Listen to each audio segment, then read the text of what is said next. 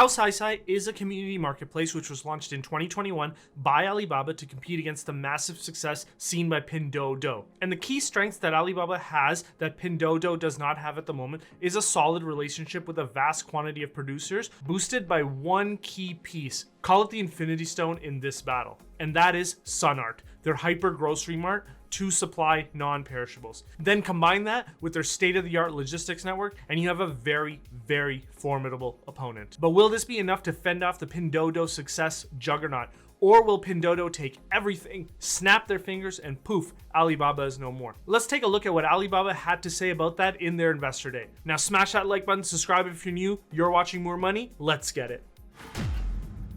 Guys, I've been really touched with all of the kind comments and everything that you guys have been saying in the comments for this Investor Day series. I am more than happy to continue to dive deeper into this and craft a story in such a way that you'll understand. And so let's continue on with this. So the first real area that Pindoudou will have challenges when competing against Alibaba is that Pindoudou focuses on specific products and provides really strong deals. Alibaba can focus on way more products because they just have access to way more because they've just been around longer and they're a larger company.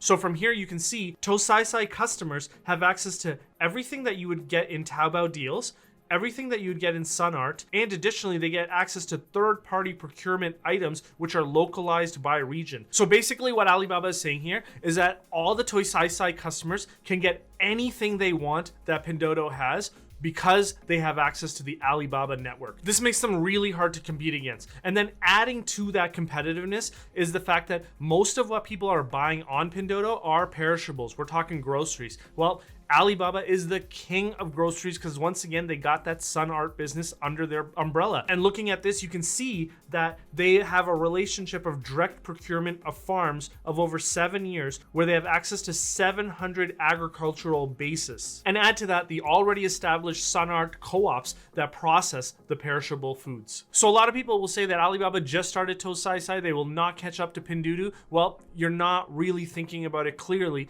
because Alibaba is actually the one that has the head start because they have access to all of those relationships and the distribution and networks. I personally believe, and you may disagree with me, tell me in the comments below, but I personally believe that Pindoudou is the one that has to catch up to Alibaba here. And you can see from here that they have an insanely large and growing TaoCaiCai service area penetration rate. They got 560,000 stores from which you can pick up your products. They also have access to 45,000 Sinao posts that all are embedded with TaoCaiCai service areas. And let me pause there for a second. So what a lot of people don't realize is what people are doing on Pindoudou is they will get together as a community, order a ton of stuff, and then one person will go and pick it up, and then that person is responsible for distributing it to everybody that purchased as part of that larger group purchase. Well, the place that they can go pick it up if they use TaoCaiCai is these Sinao posts that Alibaba has created. And from here you can see that the coverage of counties and townships is rapidly increasing. So far the TaoCaiCai penetration rate is 40%. Look for that to increase as time goes on. And the reason why Alibaba wins here is for two reasons. One, efficiency, two, reliability. So you can see from here that 97% of the orders are delivered before noon the next day. That's incredible, and those are numbers that Amazon can't even put up. And back to that spreadsheet, you can see that it's incredibly reliable as well because they have an end-to-end cold chain capability with 3 temperature tiers, which is the temperature control products, the refrigerated products, and the frozen products. And I mean, that's the biggest challenge with perishables. How do you get them to where they need to get fresh and on time? And it looks like Alibaba's already set up for this, which makes sense because the main differentiator between Alibaba and its competitors is the fact that Alibaba is leading in the grocery innovation space. So you would of course expect them to have this logistic capability. And now the cool thing that you can see in TaoCaiCai from this slide is that Alibaba really makes a point to show that there's multiple entry points into the TaoCaiCai app. You can get in through the Taobao app, you can get into the Taobao Deals app. It looks like there's a mini program. I need to learn a little bit more about that. They also have community shopping groups, so somebody will email you or text you the community buy item that everyone's buying as a group. And there's also live streaming, which Alibaba has really been embracing. So once again, as I've been mentioning over and over again in this Alibaba Investor Day series, they're doing a very good job of layering on the other elements of their business into TaoCaiCai to allow it to be greater than the sum of its parts. So how's it doing? As you can see on this slide, in the last 6 months, their GMV increased by 530%. Now, of course, you would see such high numbers because they just started from almost nothing. So yeah, this is gonna make sense. The real item that we gotta keep our finger on the pulse on is how is this growing going forward? So every quarter, this is something that I really wanna get more information on to really see if Alibaba is doing well here, and that's what we're gonna wait and see. But I guess the main takeaway that I wanna state here is that I don't think Pindoudou is doing anything complicated or unique. I think all of their success is replicable, and you can see that Alibaba is doing it. Now, to tie this video off, I did want to show 3 slides on how Alibaba is continuously investing in their infrastructure. So you can see here how they're continuously upgrading the manufacturing infrastructure.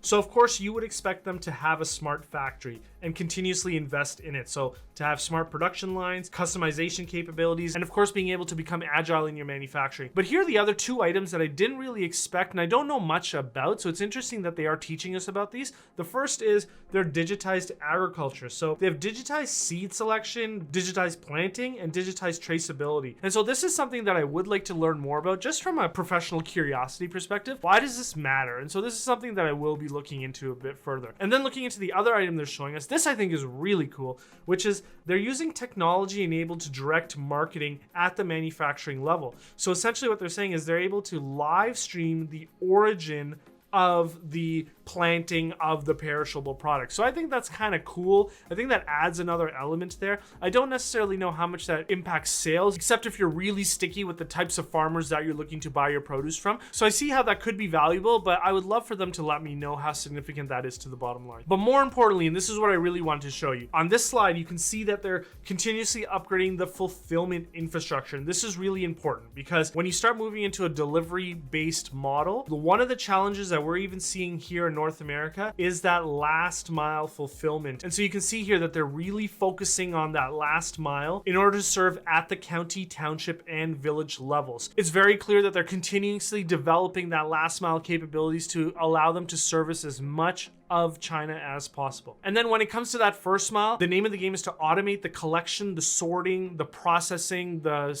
putting on trucks, everything that you can in order to get it in and out of the facilities with as few touch points as possible to reduce cost as much as possible. And so you can see that here where they're really focusing on first mile warehouse operations where they're automating sorting, processing, and conveying to reduce costs and enhance their efficiency. So that really makes sense. It's what I would want them to focus on, especially if they want to be a leader with large volumes of product, which is exactly what they're going for. Those are the challenges that you're going to need to address if you want to grow this business out at the rate that they're looking to grow it out at. And finally, if you look at only one slide on this presentation, there's only one slide to me that really matters, and this goes back to what we've been discussing throughout this presentation, which is the layering on of the Alibaba ecosystem to create a sum that's greater than its parts. And so you can see that here in this chart. So when it comes to expanding the product assortment and service scope, you got 4 Alibaba brands involved in doing that. 1688, SunArt, Alibaba Digital Agriculture, and Alibaba Health. When it comes to fulfillment, you got Xinyao Logistics. And I'm seeing a brand here that I haven't seen before, which is called Xinyao Rural, which I obviously believe is just an offshoot of Xinyao,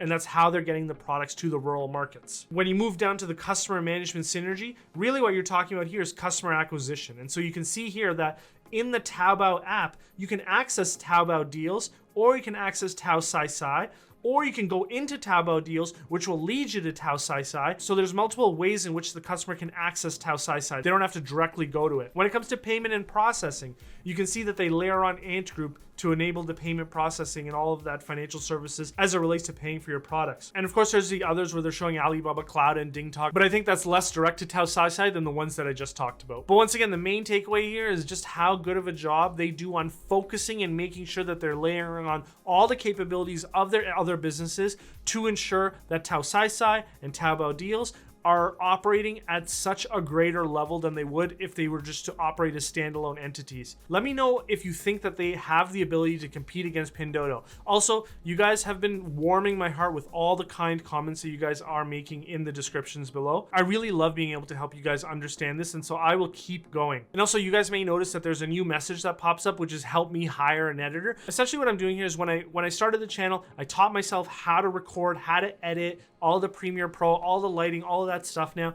But really what's happening now is there's so much to cover and it's coming really quick that if I can get an editor on board, then I can outsource all of that editing stuff and just focus on doing the research and creating the videos. And if you guys are really interested in helping, I think it's only $4 a month, so it really helps and it goes a long way. Now, of course, if you've missed any videos on the Alibaba series, I highly encourage you to go back and take a look at them. You can access them right here.